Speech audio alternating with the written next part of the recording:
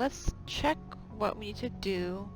I think that in this session, I guess, I'm gonna talk to people and maybe do some side quests. Alright, I think I'm gonna go back to Citadel after I talk to people and do some stuff there. But first, I'm going to talk to Joker, because I haven't done that yet.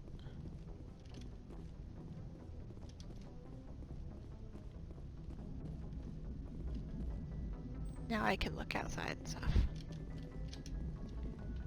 I like standing here in Mass Effect 1, because I know I'm not going to get stuck, like in Mass Effect 3. And that just makes me feel real strong and powerful. I prefer gold to silver, you know, for my medal. I figured you'd recommend me for one since I, pulled your boots out of the fire.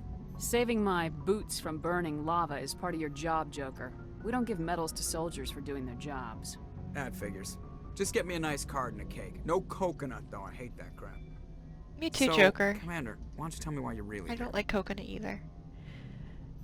Beatrix is so fun. I would love to talk to her. She seems like such a fun person to talk to. How's the Normandy performing? Is she everything they said she'd be? She's the best ship in the fleet. If you've got a pilot who knows how to handle her. Balance isn't what you'd expect. Takes a while to get used to that oversized drive core we got stuffed in the back, and her power can sneak up on you if you're not careful. The Normandy's probably too much ship for your average Alliance pilot, Commander. Lucky for you, I'm anything but average. I like to know my crew. Mind if I ask you a few questions? I can see where this is going. You did a background check on me, didn't you? Well, I'll tell you the same thing I told the captain. You want me as your pilot. I'm not good. I'm not even great. I am the best damn helmsman in the Alliance fleet. Top of my class in flight school, I earned that. All those commendations in my file, I earned every single one. Those weren't given to me as charity for my disease. Alright, here's the answer she's gonna give. I can't have you on this ship if you're going to infect my crew. Infect the crew? Oh man, you have no idea what I'm talking about, do you? Okay, I've got Vrolic Syndrome, brittle bone disease. The bones in my legs never develop properly. They're basically hollow, too much force and they'll shatter. Even with crutches and my leg braces, it's hard to get around. One wrong step and crack! It's very dramatic, but I've learned to manage my condition, Commander. Put the Normandy in my hands and I'll make her dance for you. Just don't ask me to get up and dance unless, you know, you like the sound of snapping shin bones. I want to see the crutches, okay? I want to see them. I don't understand why they couldn't.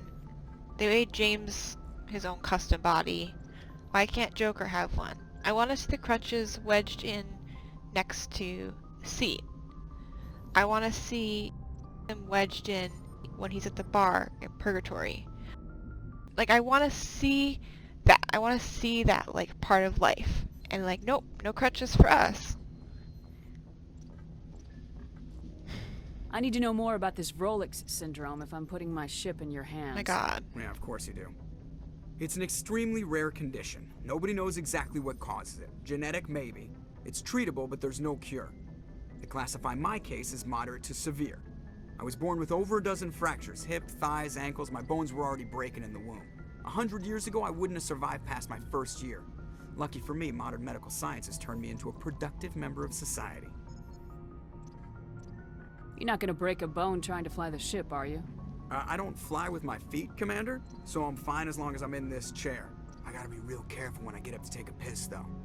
I can do my job as well as anyone on the ship. Better, actually. So don't worry about it. I'm not trying to make you uncomfortable. Really, Let's talk about Beatrix? something 'Cause else. Whatever you want, Commander. you're being an asshole. Why does everyone call you Joker? It's a lot shorter than saying Alliance Flight Lieutenant Jeff Moreau. Plus, I love to make little children laugh. You're dodging the question. Look, I didn't pick the name. One of the instructors in flight school used to bug me about never smiling. She started calling me Joker, and it stuck. So she'll ask intrusive questions about certain things, but she won't ask intrusive questions about your I have to go. feelings. Alright, see ya. I think that's really special of her. I think it's so considerate. She's only rude about some things. Alright. I tend to like to start from the bottom and go to the top.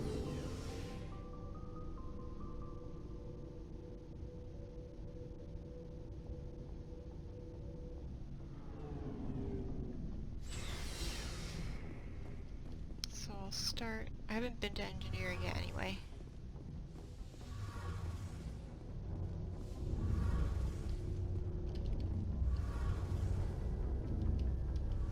Adams first. Hey, Commander, you know that Quarian, Tally? She's been spending all her time down here asking me about our engines. I'll tell her to leave you alone. What? No, she's amazing. I wish my guys were half as smart as she is. Give her a month on board and she'll know more about our engines than I do. She's got a real knack for technology, that one. I can see why you wanted her to come along. Ambassador Udina made me take her along. Normally, I don't have anything nice to say about politicians, but he made a good call on this. However, I'm guessing that's not why you came down here.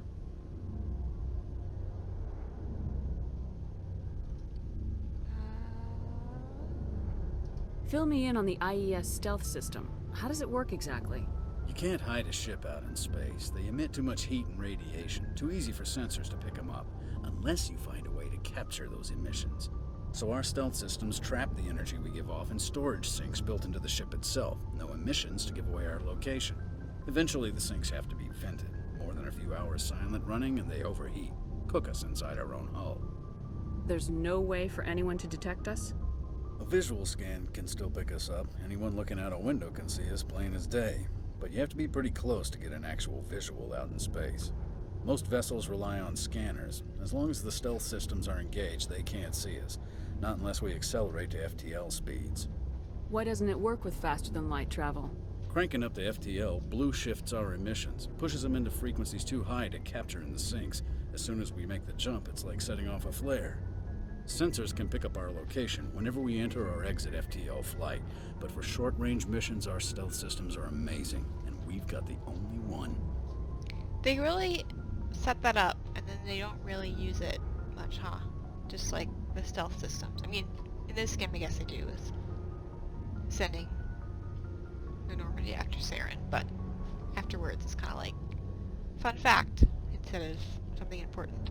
I want to know more about the Normandy. She's the best ship I've ever served on, probably the fastest vessel ever designed, and she's the only one using the new Tantalus drive core. What's so special about the Tantalus drive core? Proportionally, it's about twice the size of any other vessel. Not only are we faster, but we can run at FTL speeds longer before we have to discharge the core. Where else have you served, Adams? If you name a class of Alliance ship, I've probably served on it. Everything from dreadnoughts and carriers right down to frigates like the Normandy. My last assignment was on the Tokyo, only a cruiser, but she was a good ship. Couldn't hold a candle to the Normandy, though. Carry on, Adams. Aye, aye, Commander.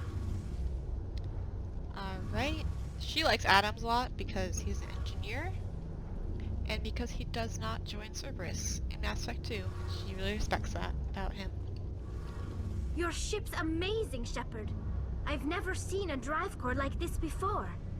I can't believe you were able to fit it into a ship this small. I'm starting to understand why you humans have been so successful. I had no idea Alliance vessels were so advanced. The Normandy's a prototype, cutting-edge technology. A month ago, I was patching a makeshift fuel line into a converted tug ship in the flotilla. Now, I'm sitting on board one of the most advanced vessels in Citadel space. I have to thank you again for bringing me along. Traveling on a vessel like this is a dream come true for me. I had no idea you found ship technology so interesting. It comes with being a Quarian. The migrant fleet is the key to the survival of my people. Ships are our most valuable resource. But we don't have anything like this. We make do with cast-offs and second-hand equipment. We just try to keep them running for as long as we can. Some of the fleet's larger vessels date all the way back to our original flight from the Geth. Beatrix doesn't have... She can't really understand Tally in terms of how community-oriented she is. Just given Beatrix's own background and kind of lack of connection. So I say what kind of endears her to Tally, at least at first, is her her interest in ships and tech and stuff like that. I can't believe your fleet's still using ships that are 3 centuries old. They're constantly being repaired, modified, and refitted. They aren't pretty, but they work. Mostly. We've tried to make ourselves as independent as possible on the flotilla, grow our own food, mine, and process our own fuel. But some things we just can't make on our own. A patch to maintain the hull integrity requires raw materials we just don't have. That's why our pilgrimages are so important. I want to know more about the pilgrimage. When my people reach maturity, we leave our birth ships and seek acceptance with a new crew. It's necessary to maintain genetic diversity among the fleet. But no ship wants to accept someone who will be a burden on them. So, to prove our worth, we embark on a pilgrimage. We set out alone, leaving the flotilla and our families behind us. We only return once we have found something of value we can bring back to the fleet. This is presented as a gift to the captain of the respective ship we wish to join. If the gift is accepted, we are welcomed into the crew. Can a captain choose to reject the gift? That doesn't happen often. Most captains are eager to increase the size of their crew. It increases their own standing in our society. Even when a gift is not particularly valuable, the captain usually accepts it out of a sense of tradition. However, there is a stigma to presenting a substandard gift. It's not the best way to make a good impression on a new community. Most pilgrims don't return until they find something worthwhile. I can't believe they just send you off alone. It's not like they just cast us out. Before we leave, we are given lessons in how to survive outside the flotilla, and given gifts to help us on our journey. We also receive implants to fight off sickness and disease. Generations of living in an isolated and highly controlled environment have left our immune systems weaker than most. By the time we leave the fleet, we are well equipped for the pilgrimage. This is a rite of passage for all Quarians. If it were dangerous, our numbers would suffer. Virtually every pilgrimage ends with a triumphant return and the ritual presentation of the gift to one of the fleet's captains. I want to talk about something else. Like what? I've heard all this dialogue so many times that I get mesmerized by, like, the background at this point. And I'm like, oh, interesting how they animated the background. And I'm like, oh, wait. Oops, I'm supposed to be listening to conversations. Tell me about your people. Our lives aren't easy. Resources are scarce, and we are constantly on the move. Everything we do must in some way contribute to the continuation of the migrant fleet. There are 17 million Quarians in the flotilla, and each of us relies on the others for survival. The bonds among my people are strong. Unfortunately, we have had to surrender many of the freedoms and civil liberties other species take for granted. What kind of freedoms? Well, it's illegal for parents to have more than one child. If our population grows too much, it would strain our resources to their breaking point. Of course, we also can't allow our numbers to become too few. If our population is in decline, the rule against single births is temporarily repealed. In extreme cases of population decline, incentives are even offered to encourage multiple births, though the Conclave hasn't had to take such measures in nearly a century. That's your government. The Conclave is our civilian branch of government. Each ship can elect a representative to serve on the Conclave and make decisions that affect the fleet as a whole. On matters that affect an individual ship, however, the captain has the final say. It's a tradition that dates back to the early days, when the fleet was governed by martial law.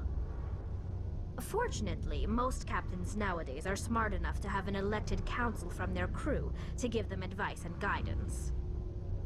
I'm not talking much just because I don't have a lot of, like, smart things to say about Quarians. So, sorry I'm being so quiet. So the ultimate power rests with elected officials? In practice, the Conclave and the respective council for each ship tend to set the rules that govern our daily lives. But in theory, we are still under military jurisdiction. The 5 top-ranking military officials in the fleet serve on the Admiralty Board. These 5 have the power to overrule any decision by the Conclave in case of emergency. To do so requires unanimous agreement among the Admiralty, and they can only do this once. After that, the entire board must resign their posts. It's a safeguard that served us well. In nearly 3 centuries, the Admiralty Board has only overruled the Conclave 4 times. I want to know more about the Geth. I doubt I can tell you anything you don't already know. It's been almost 3 centuries since they drove my people into exile. All I know is the story of their origins. What they were when we created them, and how they turned on us. So Beatrix is really afraid of AI. Like, she wouldn't say she's afraid of it. She'd say she doesn't like it. She doesn't trust it. But, I mean, she's afraid of it. This is a sticking point, at least, especially in the first game. Like, she judges the Quarians pretty harshly for making them. Interesting. The Geth were originally created to serve as an automated manual labor force. Initially, their intelligence was as limited as any VI. Over time, we made small modifications to their programming to allow them to perform more varied and complex tasks, bringing them closer and closer to true AI status. How come the Council didn't step in and stop you? This wasn't true AI research. We may have been skirting the bounds of the law, but we never did anything that was actually illegal. The changes were so insignificant, so gradual, that we were able to control them. Or so we thought. But one thing we underestimated was the power of the neural network. A million Geth thinking simultaneously created an inherently unstable matrix. So the Geth share brainpower?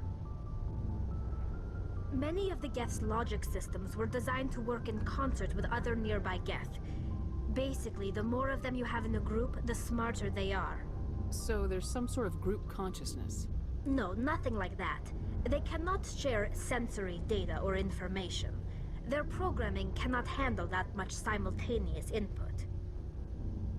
Each Geth maintains an individual awareness and identity.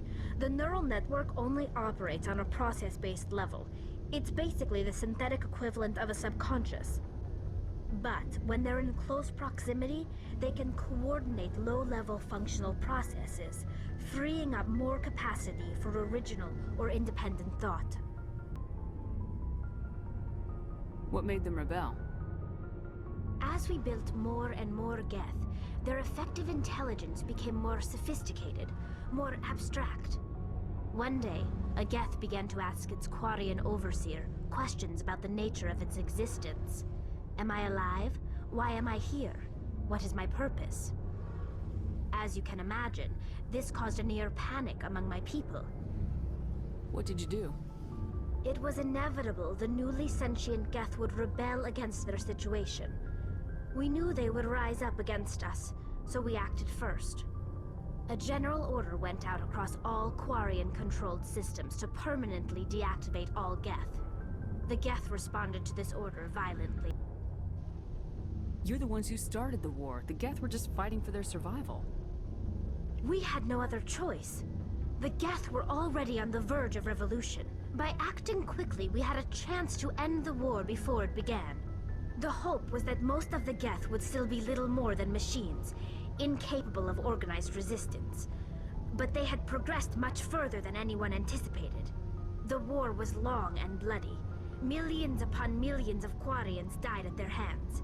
In the end, we were forced to flee our own homeworld. We feared the Geth would pursue us, but they never came beyond the Veil. Now we drift through space, exile, searching for a way to reclaim what was once ours. These are kind of weird. Like, she doesn't have sympathy in the sense that she's like, well, what do you think is going to happen if you create AI? But she's also not sympathizing with the Geth as like, well, what do you think is going to happen if you tried to kill the Geth? So I don't know. Oftentimes the dialogue choices don't. You got what you deserved. We made a mistake when we created the Geth in the first place. But we did not make a mistake when we went to war against them. If we had not acted, they would have wiped us out. They're a synthetic life form. They have no use for organics. None. Why do you think they cut themselves off from the rest of the galaxy? Why do you think they've killed every organic being who's ever tried to contact them? They didn't kill Saren. What does that tell you? The Geth are not innocent victims in all this. They're the enemy. They want to destroy us. Not just the Quarians. All organic life. That's why they've joined up with Saren. And that's why we have to stop him. I should go. See you later. Nice chatting.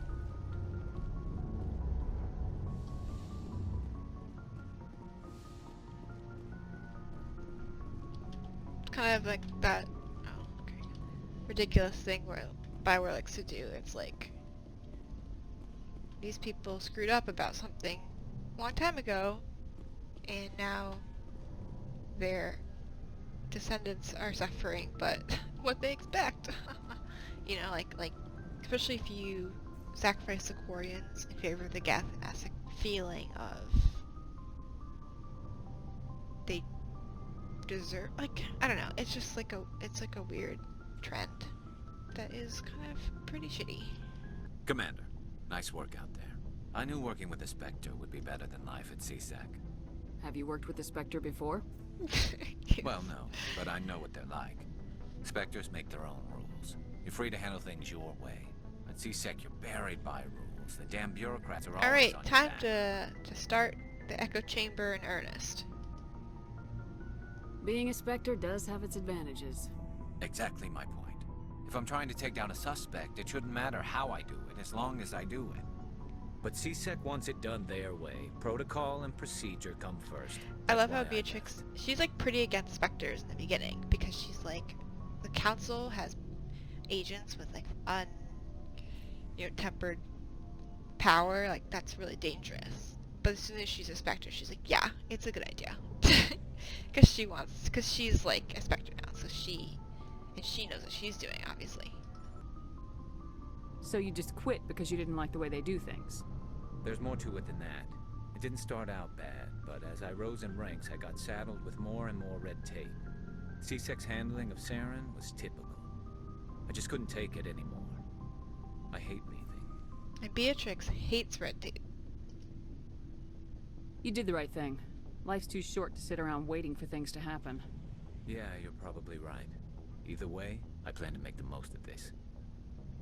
And without CSEC headquarters looking over my shoulder, well, maybe I can get the job done my way. And again, I think it's interesting, to me at least, Beatrix doesn't like pretty much any authority except for the Alliance, because she's been like, brainwashed by them, pretty much, but, so she doesn't like cops, and she doesn't like how cops abuse their power and stuff like that, but at the same time, she's okay with her abusing her power and the military abusing their power. And so, she's like against the idea of police brutality. She'd be against Garrus enacting police brutality when he was a cop. But as soon as he's not a cop anymore and he's working kind of with her, suddenly his brutality against suspects, quote unquote, is no longer bad. It's like this complete dissonance that she doesn't even recognize that that's like what's the difference? But she doesn't see it as that. She's like, I hate red tape. Like, you don't have to deal with that anymore. Even though she's just a huge hypocrite. As long as you do your job well, you're free to go about your business as you see fit. Thank you, Commander. Yeah. So I don't know. I just think her hypocrisy and blindness about that is kind of an interesting little thing about her. And by interesting, kind of disturbing. Shepard, what can I do for you? What's your story, Rex? There's no story. Go ask the Quarian if you want stories. You Krogans live for centuries. Don't tell me you haven't had a few interesting adventures. Well, there was this one time the Turians almost wiped out our entire race. That was fun. Yeah, they tried the same with hate all us, these but answers. we fucked them off. It's not I hate the that same. you can't say that, like, Beatrix wouldn't get it, but, like, I think that you should have the option to say, yeah, I totally understand how that's not the same as, like, the First Contact War, but whatever. Seems similar enough to me. So your people were infected with a genetic mutation? An infection that makes only a few in 1,000 children survive birth? And I suppose it's destroying your entire species? You're still here. Can't be all Gosh, that she's so bad. stupid. I don't expect you to understand, but don't compare humanity's fate with the Krogan. I was just making conversation. I wasn't trying to upset you. Your ignorance doesn't upset me, Shepard.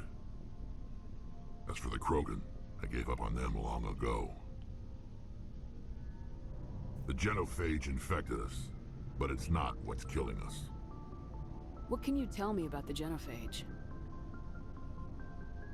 Ask the Solarians if you want details. They made it. All I know, it makes breeding nearly impossible. Thousands die in stillbirth, and most never get that far. Every Krogan is infected, every one. And no one's rushing to find a cure. It's one of those things where it's like, how, I don't understand how there can't be more push from other species to against this. Like, I mean, I do think it's really depressingly realistic that a lot of species probably aren't really even thinking about it. But, like, you meet, what, like, 2 Solarians who object to it, and, like, I don't even know if you meet any other species who ever say, like, that's, like, a horrible war crime, humanity's crime, but... Why don't the Krogan try to find a cure? When was the last time you saw a Krogan scientist? You ask a Krogan, would he rather find a cure for the genophage or fight for credits? He'll choose fighting every time. It's just who we are, Shepard. I can't change that. Nobody can. Are your people really dying? We're sure not getting any stronger. We're too spread out. None of us are interested in staying in our own system. Lots of species have left their homes and prospered. But they go to colonize new worlds. We're not settlers. We're warriors. We want to fight. So we leave. Hire ourselves out. And most of us never go back. So long, Rex. Shepard. Alright, and then Ashley?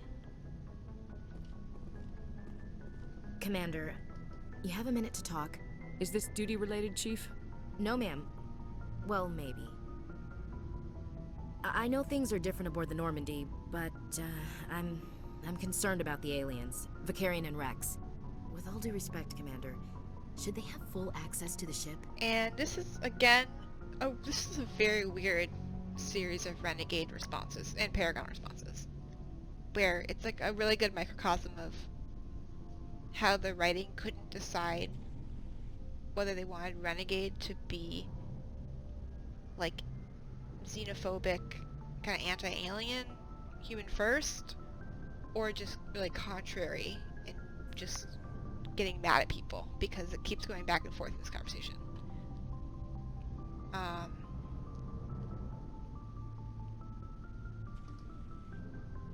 Don't mince words, Chief. What's your concern? This is the most advanced ship in the Alliance Navy. I don't think we should give them free rein to poke around the vital systems. Engines, sensors, weapons. I share your concerns, Chief, but I'm under orders. Under orders to let aliens gather military intelligence? I can't believe that was the Alliance's intention. We, humanity, I mean, have to learn to rely on at least ourselves. in terms of Garrus, it's a Turian human vessel. Although I guess it's still an Alliance ship. ultimately, so.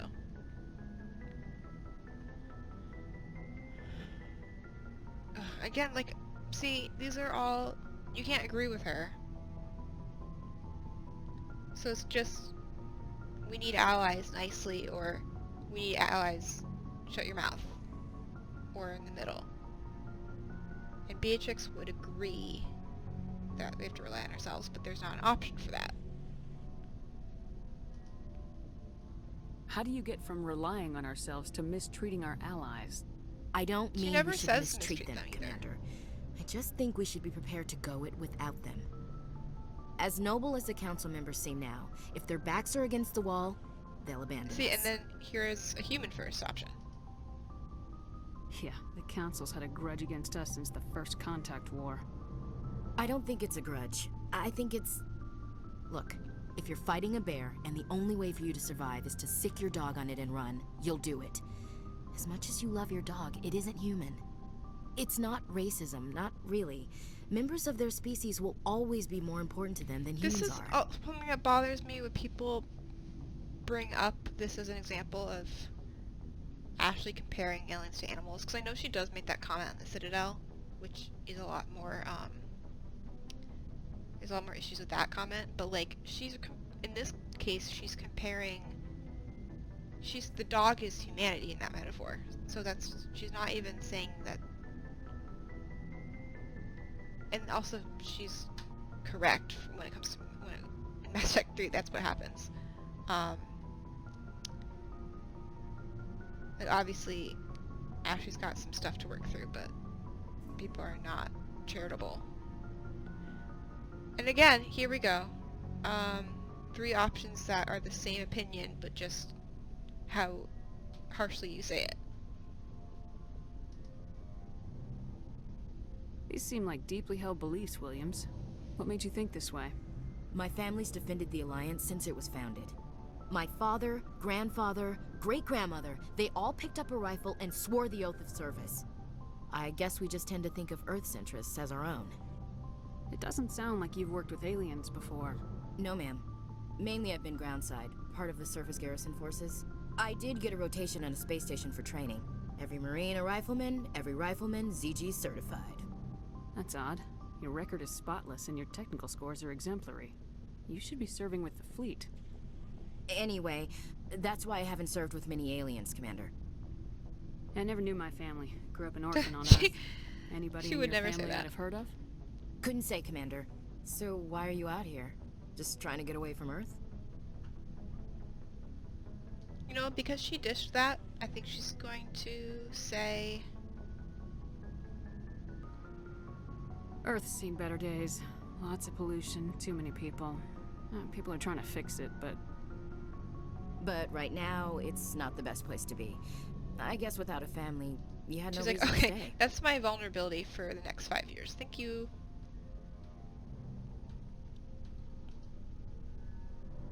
Alright, I can see where your concerns are coming from, Williams. But this is a multilateral mission.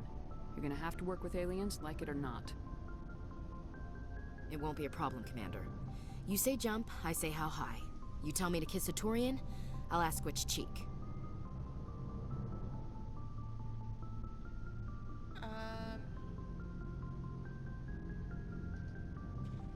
I'm glad there won't be a problem. Anything else you need, She's Commander? not thinking about kissing Turians just yet.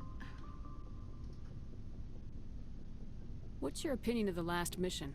Not sure I buy Dr. Tassoni's story about her and her mom not talking. They're family, right? I'm not sure I believe it either. It's better to have her where we can see her. That makes sense. Too bad those ruins got destroyed. I mean, they lasted thousands of years. That's impressive. Do you have a few minutes to talk? One-on-one? I'm sorry, Commander. I need to get my duties squared away. I wouldn't mind talking more later, though. Oh my god. Dismissed, Chief. Ma'am. Oh my goodness. So romantic. Alright. Now to the cruise quarters. You know, I used to love doing this angle in the OG Mass Effect 1 because it looked like that. But then the update, it goes really close to her face and I can't look at her beautiful whole self like I could before, and that makes me sad.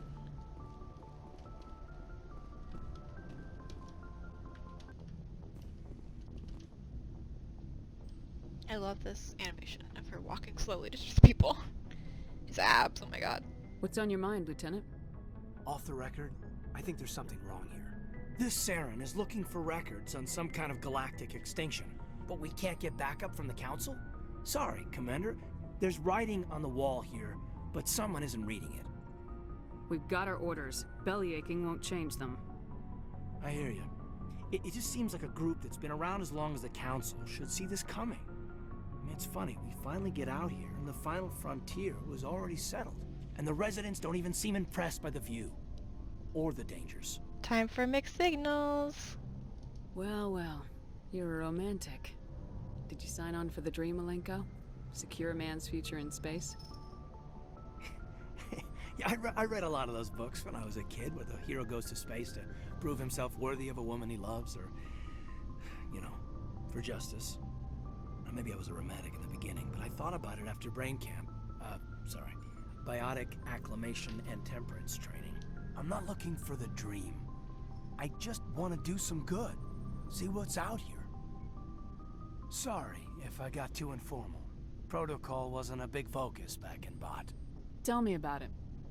Biotic acclimation and temperance didn't last past the airlock. To the kids they hauled in, it was brain camp. Sorry, hauled in is unkind. We were encouraged to commit to an evaluation of our abilities so an understanding of biotics could be compiled. There are worse results. Sounds of great. Accidental exposure to element 0 in the womb. Beats the brain tumors some kids grew up with. I heard all about that. How companies would arrange accidents to expose people to element 0. There was never any proof of that. It's not what happened in my case, anyway. My mother was downwind of a transport crash. It was before there were human biotics, a little after the discovery of the Martian ruins.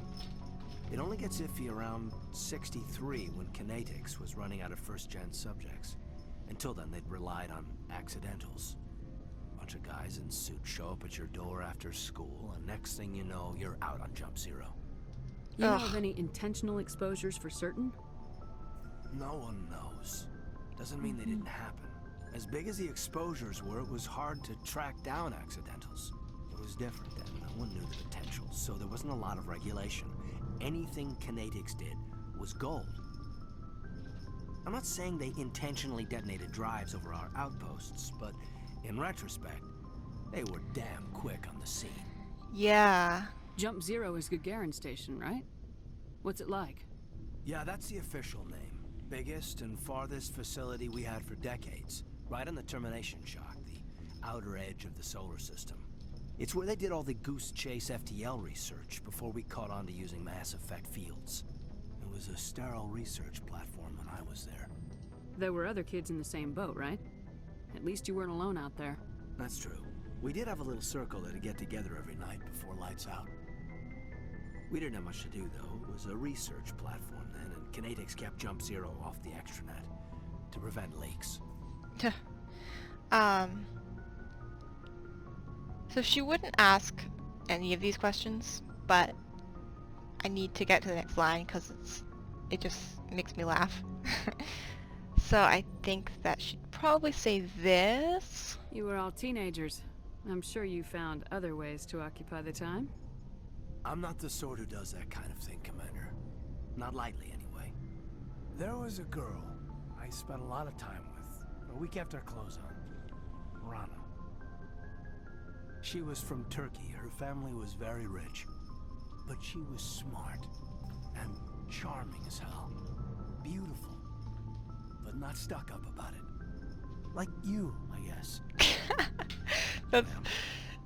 So it's just like the idea of him calling her charming is so funny.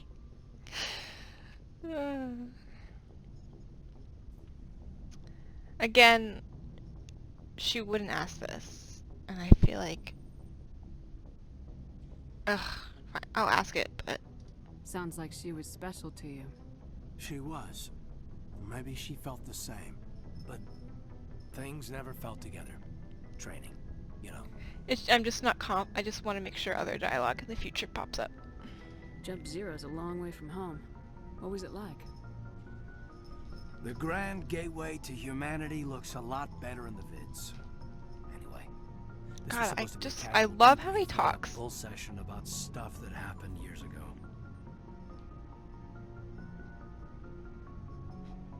We have to depend on each other in combat. I like knowing what kind of man I have at my back. I understand, ma'am. I won't let you down. You. I wish make she a could habit just of getting say. this personal with everyone? I wish she could just say that she's curious, because that is actually why she was talking. There's no way to say yes. Of course. But I don't enjoy it with everyone. Like We'll that. talk again She would later. never say that. I hate that line. I'll need some time to process that, Commander. But, yeah, I'd like that. Like, she wouldn't. She just, like, wouldn't say that at all.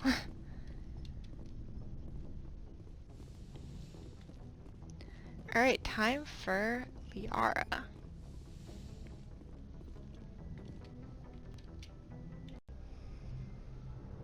And there's the slow-mo walk again. Commander, Are you coming, coming to to check up on me? No. I just want to talk. of course. I never properly thanked you for saving me from No. the Geth, Commander. If you hadn't shown up, I feel like that's something I'd say by accident. Not trying to be mean, I'd be like, no, I wasn't actually. I mean, oh shit. Yeah, I totally was. I had to save you. You can help me stop Saren. I know you took a chance bringing me aboard this ship. I have seen the way your crew looks at me. They do not trust me. But I am not like Benezia. I will do whatever I can to help you stop Saren. I promise. Promises are easy to make, but hard to keep. I do not begrudge you your suspicions. I just hope in time you will come to trust me. Do you know why Benezia joined up with Saren? She will. I don't understand it. She was always outspoken about the need for the Asari to become more involved in shaping galactic events. Maybe she thought allying herself with Saren would somehow be for the greater good in the long run. At least I hope so.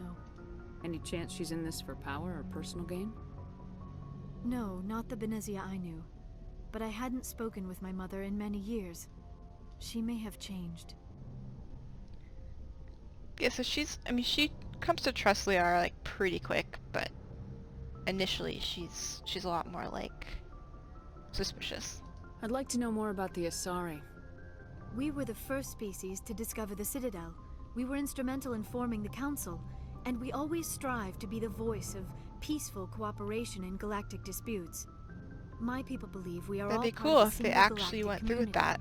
that. Each species contributes something And to the didn't- greater whole. Although we seek to understand Didn't other minimize species, that. it seems few of them seek to The understand writing, us. I mean.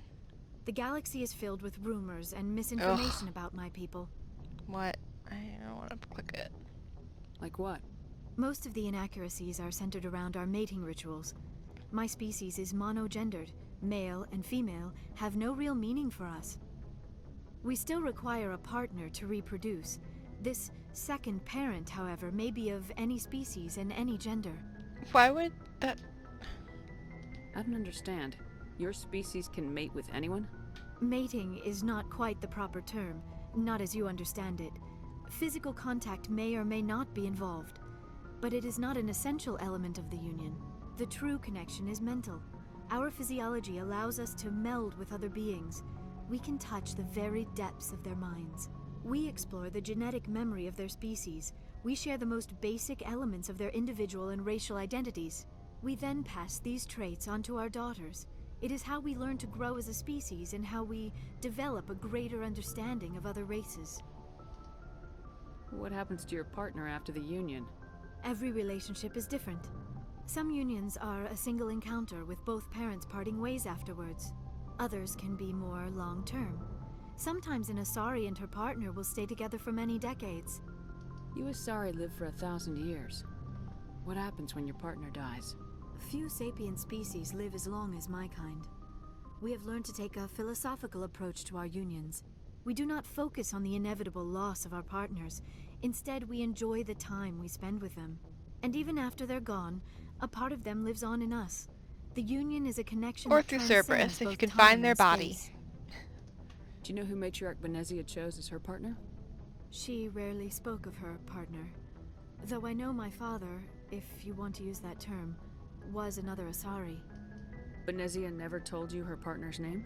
Union with our own kind is no longer common, not for the purposes of reproduction. Most Asari believe it weakens our species. That makes Asari no daughters sense. inherit racial traits from the father species. If both parents are Asari, then nothing has been gained, or so conventional wisdom would hold. I am what is sometimes called a pureblood, though no Asari would ever be cruel enough to say the word to my face. It is a great insult among my people. It is possible Venezia's partner was embarrassed by their union. She may have been too ashamed to publicly acknowledge me as her offspring. Why agree to the Union if she didn't want any children? I cannot answer that. This is all speculation on my part. It is possible she wanted to be part of my life, but something happened to her before she had the chance. Venezia never spoke of her partner. Whatever happened, it caused her too much pain to dwell on it. She raised me by herself, though that is not uncommon.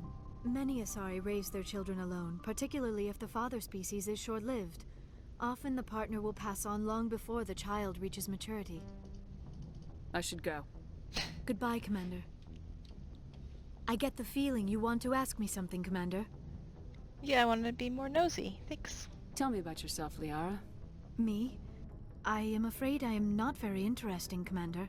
I spend most of my time on remote digs, unearthing mundane items buried in long-forgotten Prothean ruins. This is something that draws her to Liara. You must enjoy something about it. I love my work. Seeking out history's lost secrets has a special appeal for me. You were actually touched by working Prothean technology. That is why I find you so fascinating, Commander. Sounds like you want to dissect me in a lab somewhere. What? No! I did not mean to insinuate. I never meant I to like the offend you, animation of Shepard. this part. I only meant that you would be an interesting specimen for an in-depth study. No, that's even worse. You know, I think there's, she and Warden should have hung out a little bit more. Calm down, Liara. I was only joking. Joking? Oh, by the goddess, how could I be so dense? You must think I am a complete and utter fool. Now you know why I prefer to spend my time in the field with data disks and computers. I always seem to say something embarrassing around other people. Please, just pretend this conversation never happened. I should go. Goodbye, Shepard. That's one of Beatrix's, you can see like a little bit of lightheartedness peeking out sometimes with people she likes. Especially Liara in this game. Alright. Let's go to the Citadel now, is what I was going to do before a lot of stuff.